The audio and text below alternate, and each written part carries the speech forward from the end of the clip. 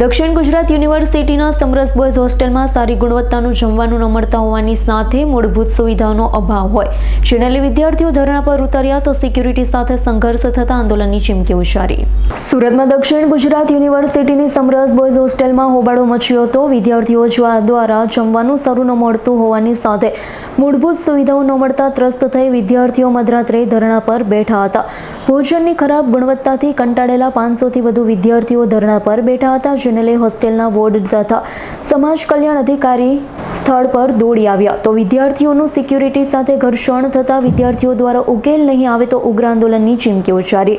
તો એવી પણ રજૂઆત વિદ્યાર્થીઓએ કરી હતી કે 150 વિદ્યાર્થીઓ વચ્ચે 2 ટોયલેટ અને બાથરૂમ છે, સાથે સમરસ હોસ્ટેલના રૂમમાં સ્વિચ બોર્ડ ખુલ્લી હાલતમાં છે તેવું જણાવ્યું હતું. Bureau report S9 news Surat. અમારી તમામ માહિતીથી અપડેટ રહેવા માટે જોડાયેલા રહો S9 ન્યૂઝ સાથે.